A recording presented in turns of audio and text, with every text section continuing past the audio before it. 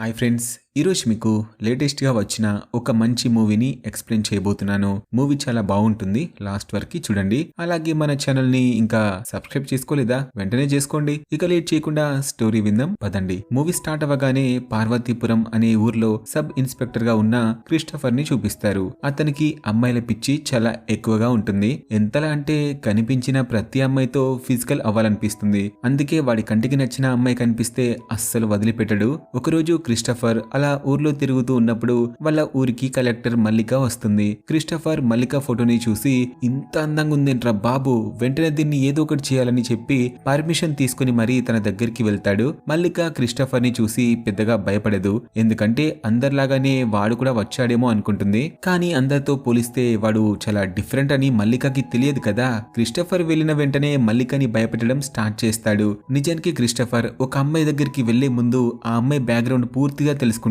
So ఇప్పుడు మల్లిక కూడా cheat చేసి కలెక్టర్ అయిందని తెలుసుకుంటాడు. అలాగే మల్లిక కారణంగా ఒక అబ్బాయి చనిపోయాడని తెలుసుకుని, నువ్వు నాతో ఫిజికల్ అవ్వకపోతే నువ్వేం చేశావో అందరికీ చెప్పేస్తాను, ఆ తర్వాత నేనే తీసుకెళ్లి జైల్లో వేస్తాను, ఇప్పుడు చెప్పు, ఒక రాత్రి నాతో గడుపుతావా లేక జీవితాంతం జైల్లో కూర్చుంటావా అని అడిగితే మల్లిక చాలా భయపడిపోతూ ఇంటిమేట్ అవ్వడానికి ఒప్పుకుంటుంది. అలా క్రిస్టఫర్ అతనికి నచ్చిన అమ్మాయితో కోరిక తీర్చుకుంటాడు. ఆ అమ్మాయి ఏ పొజిషన్ లో ఉంది, తను రిచ్ అమ్మాయా లేక పూర్ అమ్మాయా అవన్నీ చూడడు. వాడికి నచ్చేస్తే చాలు పని కానిచ్చేస్తాడు. కట్ చేస్తే నెక్స్ట్ సీన్ లో మన మూవీ హీరో మోగ్లీని చూపిస్తారు. మోగ్లీకి అమ్మా నాన్న ఎవరు ఉండరు, అనాథగా పెరుగుతాడు. వాళ్ళ అమ్మా నాన్న ఎలా చనిపోయారో మోగ్లీకి తెలియదు. వాళ్ళ నాన్న ఒక పోలీస్ ఆఫీసర్ గా ఉండేవాడు. అందుకే మోగ్లీ కూడా ఇన్స్పెక్టర్ అవుదామనుకుంటాడు. ఇప్పుడు మోగ్లీకి బంటి బెస్ట్ ఫ్రెండ్ గా ఉంటాడు. వాళ్ళిద్దరి దగ్గర ఒక ట్రాకర్ వాచ్ ఉంటుంది. అంటే మోగ్లీ హ్యాండ్ కి ఒక వాచ్, అలాగే బంటి హ్యాండ్ కి ఒక వాచ్ ఉంటుంది. బంటి మోగ్లీకి దగ్గరగా ఉన్నప్పుడు ఆ వాచ్ ఒకసారి వైబ్రేట్ అవుతుంది.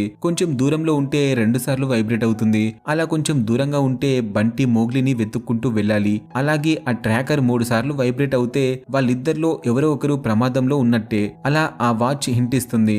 నిజానికి మోగ్లీ చాలా డీప్ అడవిలో బ్రతుకుతూ ఉంటాడు. అందుకే బంటి మోగ్లీని కలవడానికి అలా వాచ్ ట్రాకర్ ని యూజ్ చేసుకుంటూ వెళ్తాడు. ఒకరోజు మోగ్లీ చెట్టు మీద పడుకున్నప్పుడు ఒక పాము పక్షి గుడ్లని తినడానికి చూస్తుంది. మోగ్లీ ఆ పాముని ప్రేమగా పట్టుకుని గుడ్లని తినడం చాలా తప్పని చెప్పి పాముని ఏమీ అనకుండా సేఫ్ గా పంపిస్తాడు.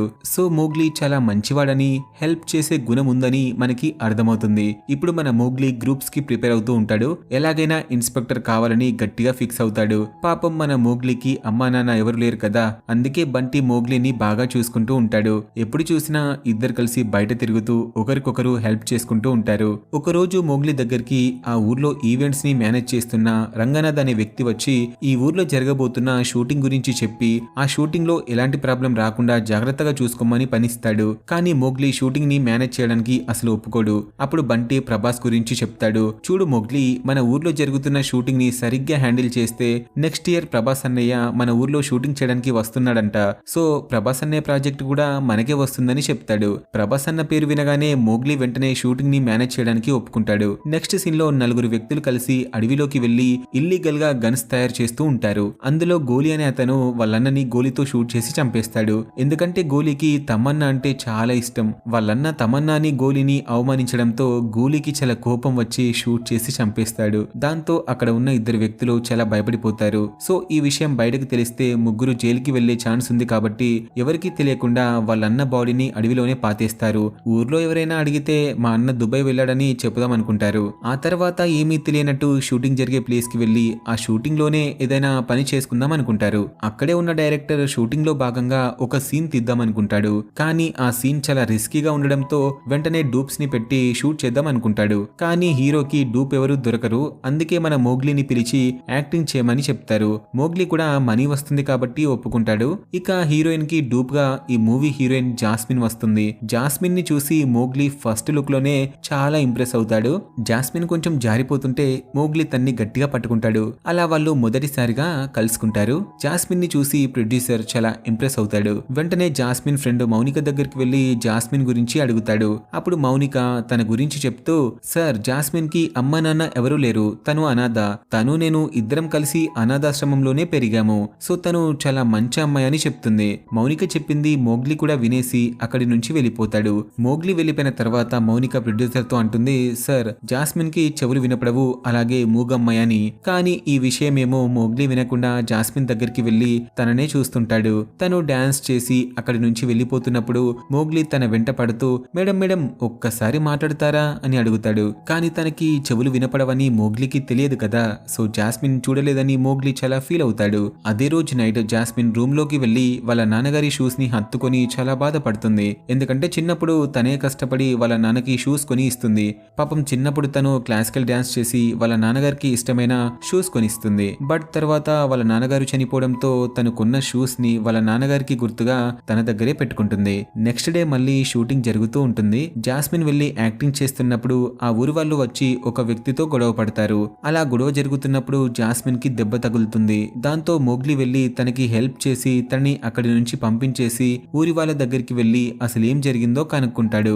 యాక్చువల్ గా సినిమా తీస్తున్న హీరో ఆ ఊరి అమ్మాయితో తప్పుగా ప్రవర్తించాడని ఊరి వాళ్ళు కొట్టడానికి వస్తారు. సో నిజం తెలుసుకున్న మోగ్లీ ఊరి వాళ్ళని కూల్ చేసి అక్కడి నుంచి పంపించేస్తాడు. అదే రోజు నైట్ మోగ్లీ జాస్మిన్ కి ఫిష్ కర్రీ పంపించి తినమని చెప్తూ ఏ జాస్మిన్ ఈ కర్రీ తిను, అలాగే టాబ్లెట్ వేసుకుని పడుకో, అప్పుడే నీకు తగిలిన దెబ్బ నయమవుతుందని చెప్తాడు. మోగ్లీ తనకి హెల్ప్ చేయడం, తన గురించి కేర్ తీసుకోవడం జాస్మిన్ కి చాలా నచ్చుతుంది. నెక్స్ట్ డే మళ్ళీ అందరు కలిసి షూటింగ్ కి వెళ్తూ ఉంటారు. దారిలో పోలీసులు వాళ్ళు వెళ్తున్న బస్ ని ఆపేసి అందరి బ్యాగ్లు చెక్ చేస్తూ ఉంటారు. ఎందుకంటే వాళ్ళ దగ్గర డ్రగ్స్ ఉన్నాయేమోనని వాళ్ళు అనుమానిస్తారు. వెంటనే జాస్మిన్ బ్యాగ్ ని కూడా చెక్ చేసి తన ప్రైవేట్ వస్తువులు బయటకు తీసి తనతో మాట్లాడుతుంటాడు. కానీ జాస్మిన్ మాత్రం ఏమీ మాట్లాడకుండా సైలెంట్ గా ఉంటుంది. అప్పుడే మౌనిక వచ్చి జాస్మిన్ కి మాటలు రావు, అలాగే చెవులు కూడా వినపడవని చెప్తుంది. అక్కడే ఉన్న మోగ్లీకి జాస్మిన్ గురించి తెలిసి కొంచెం బాధపడతాడు. ఇక కానిస్టేబుల్ తన బ్యాగ్ మొత్తం చెక్ చేస్తూ జాస్మిన్ ని చూసి తప్పుగా మాట్లాడతాడు. దాంతో మోగ్లీకి చాలా కోపం వచ్చి కానిస్టేబుల్ ని కొడదామనుకుంటాడు. కానీ కానిస్టేబుల్ ఏమీ అనకుండా మళ్ళీ తన బ్యాగ్ ని తనకి ఇచ్చేసి తన బ్యాగ్ లో నుంచి పర్ఫ్యూమ్ బాటిల్ ని తీసుకుంటాడు. కాసేపటి తర్వాత మోగ్లీ అదే పర్ఫ్యూమ్ బాటిల్ ని కానిస్టేబుల్ దగ్గర నుంచి తీసుకొని జాస్మిన్ కి పంపిస్తాడు. దాంతో జాస్మిన్ చాలా ఇంప్రెస్ అవుతుంది. వెంటనే జాస్మిన్ మోగ్లీ దగ్గరికి వెళ్లి సైన్ లాంగ్వేజ్ యూజ్ చేస్తూ తను చెప్పాలనుకున్న మాటల్ని చెప్తుంది. ముందు పేరు అడుగుతుంది, ఆ తర్వాత ఫోన్ నెంబర్ తీసుకొని అక్కడి నుంచి వెళ్ళిపోతుంది. ఆ రోజు నుండి ప్రతిరోజు వాళ్ళు మెసేజ్ చేసుకుంటూ చాలా హ్యాపీగా ఉంటారు. మోగ్లీ కూడా తనకి ఇష్టమైనవన్నీ తీసుకొచ్చి పెడుతుంటాడు. దాంతో జాస్మిన్ కి మోగ్లీ మీద ప్రేమ కలుగుతుంది. రోజు షూటింగ్ లో కలుసుకుంటూ మాట్లాడుకుంటూ లైఫ్ ని చాలా చక్కగా ఎంజాయ్ చేస్తారు. నెక్స్ట్ డే మోగ్లీ ప్రొడ్యూసర్ కి ఫుడ్ తీసుకొని వస్తాడు. అక్కడ ఉన్న ప్రొడ్యూసర్ అసిస్టెంట్ మోగ్లీని లోపలికి పంపించడు. ఎందుకంటే లోపల ప్రొడ్యూసర్ ఇప్పుడు ఒక అమ్మాయితో రొమాన్స్ చేస్తున్నాడని అతను చెప్తాడు. సో మోగ్లీ ఫుడ్ ఇవ్వకుండా వెళ్ళిపోదాం అనుకుంటాడు. బట్ అప్పుడే ప్రొడ్యూసర్ ఉన్న క్యారీ వ్యాన్ లో నుంచి జాస్మిన్ తన శారీ సెట్ చేసుకుంటూ రావడం మన మోగ్లీ చూసి చాలా హట్ అవుతాడు.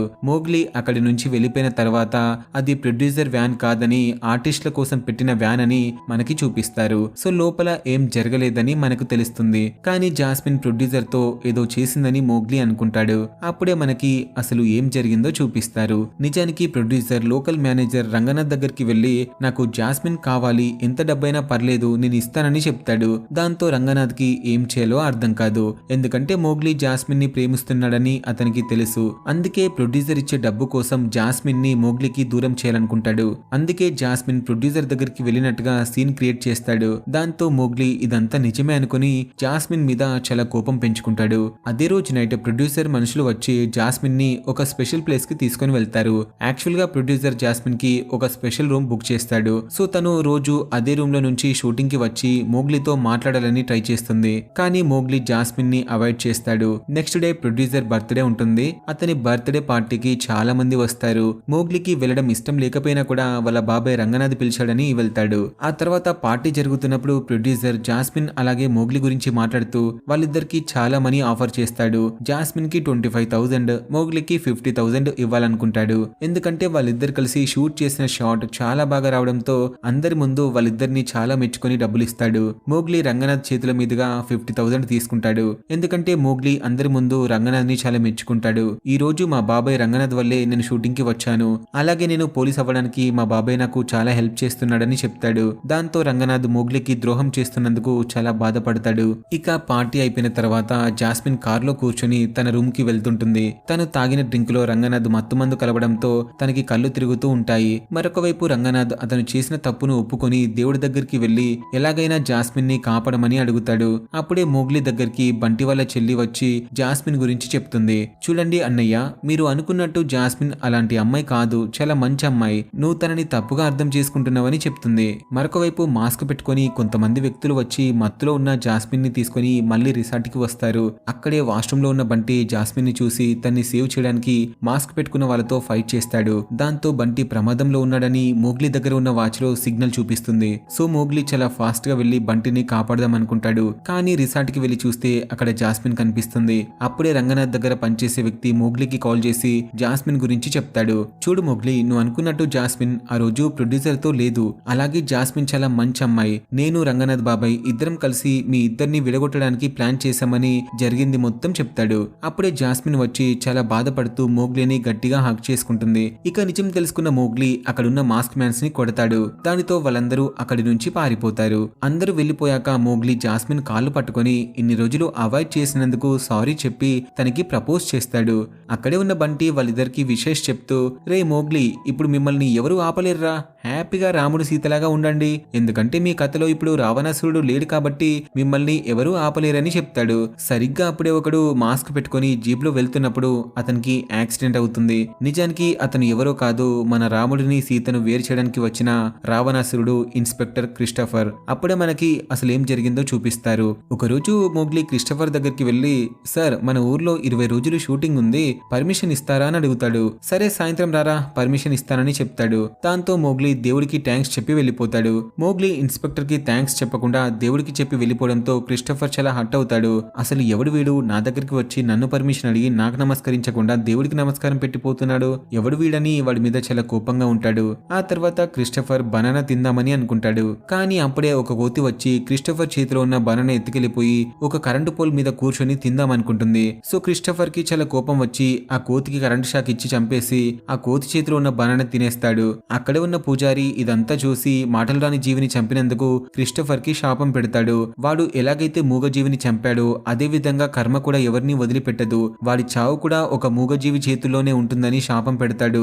అప్పుడే క్రిస్టఫర్ కి జాస్మిన్ ఫోటో కనిపిస్తుంది. జాస్మిన్ ఫోటో చూడగానే ఎలాగైనా తన్ని సొంతం చేసుకుందాం అనుకుంటాడు. అందుకే షూటింగ్ జరుగుతున్న ప్లేస్ కి వెళ్లి ప్రొడ్యూసర్ ని కలుస్తాడు. ఆ తర్వాత ప్రొడ్యూసర్ తో డీల్ మాట్లాడుకుని ఎలాగైనా జాస్మిన్ ని రిసార్ట్ కి తీసుకురమ్మని చెప్తాడు. వెంటనే ప్రొడ్యూసర్ ఈ విషయం రంగనాథ్ కి చెప్తాడు. ఆ తర్వాత ఏం జరిగిందో మనందరికీ తెలుసు. సో మొత్తానికి దీని వెనకాల ఉన్నది ప్రొడ్యూసర్ కాదు, క్రిస్టఫర్ అన్నమాట. క్రిస్టఫర్ జాస్మిన్ ని చూసిన తర్వాత ప్రతిరోజు తనని గమనిస్తూనే ఉంటాడు. అందుకే ఆ రోజు కానిస్టేబుల్ తో తన బ్యాగ్ ని చెక్ చేపిస్తాడు. ఇక ప్రెజెంట్ కి వచ్చేస్తే బంటి జాస్మిన్ ని అలాగే మోగ్లీని సేఫ్ గా అతని ఇంటికి తీసుకెళ్తాడు. ఇటువైపు క్రిస్టఫర్ హాస్పిటల్ నుంచి నేరుగా స్టేషన్ కి వెళ్లిపోతాడు. యాక్చువల్ గా క్రిస్టఫర్ కి ఆ రోజు యాక్సిడెంట్ అయి ఉంటుంది కదా అడవిలో, అప్పుడు అతనికి కొన్ని షార్ట్ గన్స్ కనిపిస్తాయి. వెంటనే వాటిని తీసుకుని పోలీస్ స్టేషన్ కి వెళ్లి షార్ట్ గన్స్ ని ఎవరు తయారు చేశారో కనుక్కోమని కానిస్టేబుల్స్ కి చెప్తాడు. వెంటనే కానిస్టేబుల్స్ మఫ్టీలో వెళ్లి ఆ ఊరి పాన్ షాప్ లో పనిచేస్తున్న వాళ్ళ దగ్గరికి వచ్చి మాకు గన్స్ కావాలని అడుగుతారు. లేదు సార్, గన్స్ మా దగ్గర ఎందుకుంటాయి అని వాళ్ళు చెప్తారు. అప్పుడు పోలీసులు ప్రతి గన్ కి 50,000 ఇస్తామని చెప్తారు. దాంతో ఆ ముగ్గురు మేమే తయారు చేస్తున్నామని ఒప్పుకుంటారు. ఇక నిజం తెలుసుకున్న పోలీసులు వాళ్ళని పట్టుకెళ్లి క్రిస్టఫర్ కి ఇచ్చేస్తారు. క్రిస్టఫర్ వాళ్ళ ముగ్గురిని కొడుతూ అసలు గన్స్ ఎందుకు తయారు చేస్తున్నారా, అసలు మీరు ఎంతమంది ఉన్నారు అని అడిగితే అప్పుడు గోలిగాడు ఫ్లోలో మేము 4 ఉన్నామని చెప్తాడు. అవునారా, మరి 4వ వ్యక్తి ఎక్కడ ఉన్నాడు, మీరే చెప్తారా లేక నేనే చెప్పాలా అని క్రిస్టఫర్ బెదిరిస్తాడు. దాంతో గోలీ వాళ్ళ అన్నని చంపిన విషయం చెప్పేస్తాడు. ఇక నిజం తెలుసుకున్న క్రిస్టఫర్ ఎలాగైనా ఈ గన్స్ స్మగ్లింగ్ కేసులో మోగ్లీని ఇరికించాలని ప్లాన్ చేస్తాడు. క్రిస్టఫర్ ముగ్గురు దగ్గరికి వెళ్లి మీరు నాకు మోగ్లీని పట్టిస్తే నేను మిమ్మల్ని వదిలేస్తానని చెప్తాడు. దాంతో వాళ్ళు ముగ్గురు మోగ్లీని గన్స్ స్మగ్లింగ్ కేసులో నాయకుడిగా ఎన్నుకుంటారు. ఇక క్రిస్టఫర్ వెంటనే మోగ్లీని అరెస్ట్ చేసి జాస్మిన్ ని కూడా స్టేషన్ కి తీసుకెళ్తాడు. అదే టైంలో బంటి చాలా డ్రింక్ తాగి పడుకోవడం వల్ల మోగ్లీకి హెల్ప్ చేయలేకపోతాడు. ఇటువైపు మోగ్లీ క్రిస్టఫర్ తో నేను తప్పు చేయలేదని చాలా చెప్తాడు. అయినా కూడా క్రిస్టఫర్ వినిపించుకోడు. వెంటనే ఊర్లో వాళ్ళని పిలిపించి మోగ్లీ గన్ స్మగ్లింగ్ చేస్తూ ఇల్లీగల్ పనులు చేస్తున్నాడని చెప్తాడు. క్రిస్టఫర్ చెప్తుందంతా నిజమే అనుకుని ఊరి వాళ్ళు కూడా మోగ్లీకి సపోర్ట్ చేయలేకపోతారు. ఇక మోగ్లీకి ఏం చేయాలో అర్థం కాక ఊరి వాళ్ళ దగ్గరికి వెళ్లి అందరినీ బ్రతిమిలాడుతూ బాబాయ్ నేను మంచివని కదా, మీ అందరికి తెలుసు కదా, నా గురించి ఇన్స్పెక్టర్ కి చెప్పి నన్ను విడిపించమని అడుగుతాడు. కానీ ఊర్లో ఉన్న ఒక్కరు కూడా హెల్ప్ చేయరు. ఎందుకంటే ఆ రోజు షూటింగ్ జరుగుతున్నప్పుడు ఊరి వాళ్ళు గొడవ చేయడానికి వస్తారు కదా, అప్పుడు మోగ్లీ ప్రొడ్యూసర్ సైడ్ ఉన్నాడు కాబట్టి ఇప్పుడు ఊరి వాళ్ళు కూడా హెల్ప్ చేయడానికి ఒప్పుకోరు. ఆ తర్వాత క్రిస్టఫర్ మోగ్లీని స్టేషన్ కి తీసుకెళ్లి చాలా కొట్టి ఒక విషయం చెప్తాడు. చూడు మోగ్లీ, నువ్వు తప్పు చేయలేదని నాకు తెలుసులే, కానీ అంతకంటే పెద్ద తప్పు చేశావు. నీకు జాస్మిన్ ఎప్పటి నుంచి తెలుసో నాకు తెలియదు, కానీ నేను జాస్మిన్ ని ఫస్ట్ టైం చూసినప్పుడు తను నాకు చాలా నచ్చింది. అందుకే ఆ రోజు రిసార్ట్ కి తీసుకుని వచ్చి బాగా ఎంజాయ్ చేద్దాం అనుకున్నాను. కానీ సరిగ్గా అప్పుడే నువ్వు వచ్చి నా మూడు మొత్తం చెడదొబ్బావు, అలాగే నన్ను చాలా కొట్టి జాస్మిన్ ని తీసుకెళ్లిపోయావని జరిగింది మొత్తం చెప్పి మోగ్లీని చాలా కొట్టి వాడి కంట్లో కారం కూడా పెడతాడు. ఆ తర్వాత అదే స్టేషన్ లో ఒక బెడ్ అరేంజ్ చేసుకుని జాస్మిన్ తో ఇంటిమేట్ అవ్వాలనుకుంటాడు. ఇదంతా చూస్తున్న బంటి వాళ్ళ చెల్లి మీనా ఎలాగైనా మోగ్లీకి హెల్ప్ చేద్దాం అనుకుంటుంది. ఎందుకంటే తను అదే స్టేషన్ లో కానిస్టేబుల్ గా వర్క్ చేస్తుంది కదా. ఆ క్రిస్టఫర్ రోజు తనని వంట మనిషిగా అదే స్టేషన్ లో పెట్టుకుంటాడు. పనివాడు ఏమివాడు, జస్ట్ వంట చేయమంటాడు. వెంటనే మీనా ఒక క్యాండిల్ తీసుకుని వచ్చి మోగ్లీకి కట్టిన తాడు దగ్గర పెడుతుంది. ఇక జాస్మిన్ కూడా చూస్తూ కూర్చోకుండా కత్తి తీసుకుని వెళ్లి తాడు కట్ చేస్తుంది. అదే టైంలో క్రిస్టఫర్ బాత్రూమ్ కి వెళ్లి ఉంటాడు. జాస్మిన్ ఇదే మంచి టైం అనుకుని బాత్రూమ్ డోర్ లాక్ చేస్తుంది. అప్పుడే బంటి కూడా రావడంతో మోగ్లీ చాలా ఈజీగా బయటపడతాడు. బంటి మోగ్లీని జాస్మిన్ ని తీసుకుని వెళ్లి అడవిలో వదిలేస్తాడు. ఇక్కడ బంటి హనుమంతుడిలాగా వాళ్ళిద్దరికి ఎప్పుడు తోడుగా ఉంటాడు.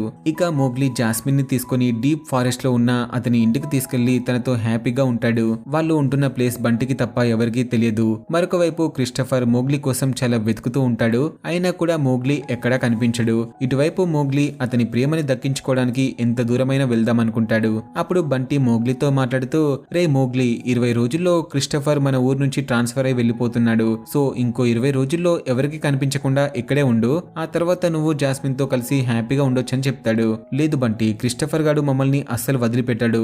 అందుకే వాడిక్కడికి ఏ క్షణం వచ్చినా యుద్ధం చేయాల్సిందేనని చెప్తాడు. దాంతో బంటికి ఏం చేయాలో అర్థం కాదు. ఇటువైపు బయట జాస్మిన్ స్నానం చేస్తూ ఉంటుంది. అప్పుడే క్రిస్టఫర్ కొన్ని డ్రోన్స్ ని అడవిలోకి పంపిస్తాడు. ఒక డ్రోన్ జాస్మిన్ ఉన్న లొకేషన్ ని కనిపెడుతుంది. వెంటనే తను స్నానం చేయడం ఆపేసి పరిగెత్తుకుంటూ మోగ్లీ దగ్గరికి వెళ్తుంది. మోగ్లీకి చాలా కోపం వచ్చి డ్రోన్ ని పగలగొడతాడు. అయినా కూడా క్రిస్టఫర్ వదిలిపెట్టకుండా ఇంకా 19 డ్రోన్లని అడవిలోకి పంపిస్తాడు. ఆ డ్రోన్స్ తిరిగి మళ్ళీ వాళ్ళ చేతిలోకి వెళ్తే వీళ్ళు ఎక్కడున్నారో వాళ్ళకి తెలిసిపోతుంది కాబట్టి వెంటనే మోగ్లీ వాటిని డిస్ట్రాయ్ చేయడానికి బయలుదేరతాడు. వెళ్లేటప్పుడు జాస్మిన్ వాళ్ళ నాన్నగారి షూస్ ని ఇస్తుంది. మోగ్లీ షూస్ వేసుకుని బాణలతో డ్రోన్స్ ని పగలగొట్టి మళ్ళీ ఇంటికి వచ్చి బంటితో కూర్చొని మాట్లాడతాడు. రే బంటి, అసలు ఏం సమాజం రా ఇది, మనకి ఎవరు సపోర్ట్ చేయట్లేదు, నాకు చాలా బాధగా ఉందని ఏడుస్తాడు. దాంతో బంటి మోగ్లీని కూల్ చేయడానికి చాలా డ్రింక్ తాగిపిస్తాడు. నెక్స్ట్ డే మార్నింగ్ మోగ్లీ దగ్గర ఉన్న వాచ్ లో 3 సార్లు వైబ్రేషన్ వస్తుంది. సో బంటి ఏదో ప్రమాదంలో ఉన్నాడని తెలుసుకుని మోగ్లీ పరిగెత్తుకుంటూ బంటి ఉన్న లొకేషన్ వైపు వెళ్తుంటాడు. అక్కడ బంటి ఉండకుండా రంగనాథ్ కనిపిస్తాడు. అలాగే అతని చేతికి బంటి చేతికి ఉన్న ట్రాకర్ కనిపిస్తుంది. అప్పుడు రంగనాథ్ మోగ్లీకి జరిగింది మొత్తం చెప్తాడు. యాక్చువల్ గా నిన్న నైట్ మోగ్లీ చాలా బాధపడి పడుకున్న తర్వాత బంటి వెంటనే క్రిస్టఫర్ దగ్గరికి వెళ్లి మోగ్లీని జాస్మిన్ ని వదిలేయమని చాలా బ్రతిమిలాడతాడు. క్రిస్టఫర్ కూడా వాళ్ళిద్దరిని వదిలేయడానికి ఒప్పుకుంటాడు. కానీ వాళ్ళిద్దరికి బదులుగా బంటి చెల్లిని పంపించమని అడుగుతాడు. నిజానికి బంటి చెల్లి మీనా క్రిస్టఫర్ దగ్గర కానిస్టేబుల్ గా పనిచేస్తుంది కదా. సో చెల్లి లాంటి దాన్ని పట్టుకుని క్రిస్టఫర్ ఒకేసారి అలా అనడంతో బంటికి చాలా కోపం వచ్చి క్రిస్టఫర్ ని కొడతాడు. క్రిస్టఫర్ కూడా అతని మనుషులతో కలిసి బంటిని చాలా కొట్టి మీనా గురించి మాట్లాడతాడు. రే బంటి, నేను ఇప్పటి వరకు 74 మందితో ఇంటిమేట్ అయ్యాను. మీ చెల్లిని నేను బాగా చూసుకోవడానికి కారణం రోజు స్టేషన్ కి చాలా మంది వస్తుంటారు కదా, వాళ్ళందరికీ మీ చెల్లి నా గురించి మంచి చెప్పడానికి పెట్టుకున్నాను. అంతేకాని నీ చెల్లిని నా చెల్లిగా నేను చూడలేదని చెప్పి బంటిని బీర్ బాటిల్స్ తో చాలా కొడతాడు. ఈ విషయం తెలుసుకున్న రంగనాథ్ క్రిస్టఫర్ దగ్గరికి వెళ్లి బంటిని వదిలేయమని చాలా బ్రతిమిలాడతాడు. అయినా కూడా క్రిస్టఫర్ బంటిని వదిలిపెట్టకుండా ఒక పెద్ద బిందె తీసుకుని వచ్చి బంటి తలపై పెట్టి కొడతాడు. దాంతో బంటి చాలాసేపు ప్రాణాలతో పోరాడి ఊపిరాడక చనిపోతాడు. ఇక నిజం తెలుసుకున్న మోగ్లీ చాలా ఏడుస్తాడు. అప్పుడే క్రిస్టఫర్ మనుషులు వచ్చి మోగ్లీతో ఫైట్ చేస్తారు. మరొక వైపు క్రిస్టఫర్ జాస్మిన్ ని వెతుక్కుంటూ అడవి లోపలికి వెళ్తాడు. అక్కడ క్రిస్టఫర్ కి ఒక ఇల్లు కనిపిస్తుంది. జాస్మిన్ క్రిస్టఫర్ ని చూసి బాణం పట్టి కొడుతుంది. దాంతో క్రిస్టఫర్ జాస్మిన్ దగ్గరికి వచ్చి తన్ని కింద పడేసి బిందెతో చాలా కొడతాడు. ఆ తర్వాత మోగ్లీ దగ్గరికి వెళ్లి మోగ్లీని కూడా చాలా కొడతాడు. అప్పుడే మోగ్లీ దగ్గరికి మూవీ స్టార్టింగ్ లో కనిపించిన పాము వస్తుంది. సో ఆ పాముని క్రిస్టఫర్ మీదకి విసిరేస్తాడు. ఆ పాము క్రిస్టఫర్ చేతిని కాటేసి వెళ్లిపోతుంది. రంగనాథ్ క్రిస్టఫర్ దగ్గరికి వెళ్లి, సార్ మోగ్లీ చాలా మంచివాడు, వాడు ఎంత మంచివాడంటే మిమ్మల్ని కూడా కాపాడతాడు. మీరు వాళ్ళిద్దరిని ఫ్రీగా వదిలేస్తానని చెప్పండి, అలాగే హెల్ప్ చేయమని అడగండి. అప్పుడు మోగ్లీ మిమ్మల్ని తప్పకుండా కాపాడతాడని చెప్తాడు. అయినా కూడా క్రిస్టఫర్ ఎవరి హెల్ప్ తీసుకోనని చెప్పి రంగనాథ్ ని పొడుస్తాడు. ఆ తర్వాత మోగ్లీ దగ్గరికి వెళ్లి, రే మోగ్లీ, మేమిద్దరం ఇప్పుడు చావు బ్రతుకుల్లో ఉన్నాం. మీ రంగనాథ్ బాబాయ్ బ్రతకాలంటే నన్ను కూడా హాస్పిటల్ కి తీసుకువెళ్ళమని అడుగుతాడు. సో మోగ్లీ క్రిస్టఫర్ ని ఏమీ చేయకుండా ఇద్దరిని హాస్పిటల్ కి తీసుకుని వెళ్తాడు. ఇక బంటి చనిపోయాడు కాబట్టి అతని ఇంట్లో వాళ్ళు అలాగే ఊర్లో జనం చాలా మంది ఏడుస్తారు. పాపం బంటి చనిపోయాడు కాబట్టి మోగ్లీ దేవుడి మీద నమ్మకం కోల్పోతాడు. సరిగ్గా అప్పుడే ఒక కోతి క్రిస్టఫర్ దగ్గరికి వెళ్లి అతను తింటున్న అరటిపండుని ఇవ్వమని అడుగుతుంది. కానీ క్రిస్టఫర్ మళ్ళీ కోతికి బనానా ఇవ్వడు. సరిగ్గా అప్పుడే హనుమంతుడి జెండా వచ్చి మోగ్లీ చేతి మీద ఉన్న ట్రాకర్ మీద పడుతుంది. దాంతో కాఫిన్ బాక్స్ లో ఉన్న బంటి ట్రాకర్ వైబ్రేట్ అవుతుంది. బంటి కూడా చాలా బరువు ఉండడంతో కాఫిన్ స్లిప్ అయిపోయి హాస్పిటల్ ముందు ఆగి ఉన్న క్రిస్టఫర్ మీద పడుతుంది. ఇందాక కోతి అరటిపండు అడిగింది కదా, అందుకే అందుకే హాస్పిటల్ ముందే ఆగి ఉంటాడు. వాడు అడ్డుపండు ఇచ్చుంటే పాపం బతికేవాడేమో. సో అదే టైంకి కాఫిన్ కూడా జారిపోయి వాడి మీద పడి వాడు చనిపోతాడు. సో పూజారి చెప్పినట్టుగానే వాడి చావు కూడా ఒక మూగ జీవి వల్లే సాధ్యపడింది. కట్ చేస్తే 3 months తర్వాత జాస్మిన్ మోగ్లీ చాలా హ్యాపీగా ఉంటారు. అప్పుడు జాస్మిన్ నా పేరు జాస్మిన్ కాదు అని చెప్పి వర్షాన్ని చూపిస్తూ నా పేరు వర్ష అని చెప్తుంది. ఇక్కడితో మోగ్లీ సినిమా అయిపోతుంది ఫ్రెండ్స్. మీకు మోగ్లీ సినిమా ఎలా అనిపించిందో కామెంట్ చేయండి. అలాగే హై పాయింట్స్ ఇవ్వండి.